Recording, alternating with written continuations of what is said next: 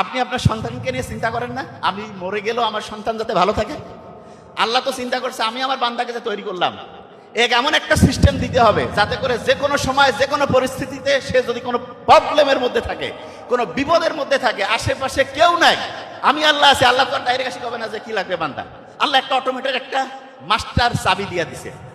ওই চাবিটা এত পাওয়ারফুল, যে কোনো বিপদে আপনি একবার চাবিটা খুললেই আপনার বিপদ থেকে মুক্তি। যে ভাই কি বলতেছেন? হ্যাঁ, মাথার মধ্যে জলস্তার শুরু হয়েছে, চাবিটা এবার খুলবো, খুব সহজ। আচ্ছা, একটা জীবিত লোক, একটা লোক জীবিত, সে মেডিকেলের বেডের মধ্যে আছে, কথা বলতে পারে না, দেখতে পারে না, শুনতে পারে না, কিন্তু তার একটা জিনিস চলমান আছে, সেটার নাম কি? কি নাম?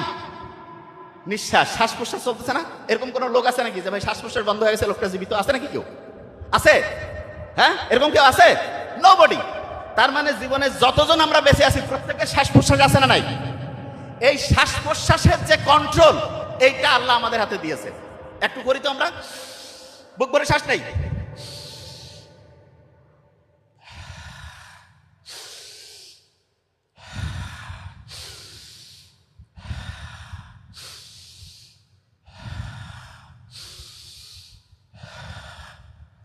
ব্রেনটা রিল্যাক্সড হয়। বুঝতে পারতেছেন? ব্রেনটা কি হয়? রিল্যাক্সড। ব্রেনটা এখন জলশ্বাসটা ঠান্ডা হইল।